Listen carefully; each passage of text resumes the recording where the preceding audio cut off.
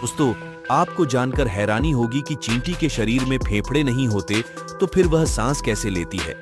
लेकिन हाँ, सही है कि चींटी के शरीर में फेफड़े नहीं होते, परंतु ऑक्सीजन को संग्रहित करने के लिए खोखले ट्यूब्स होते हैं, जो उनके पूरे शरीर में फैला होते हैं। हवा में मौजूद ऑक्सीजन चींटी के इन्हीं ट्यूब में भर जाती है। यही कारण है कि मनुष्य की तरह चींटी की सांस नहीं भरती और वह मनुष्य की तुलना में अधिक वजन उठा पाती है।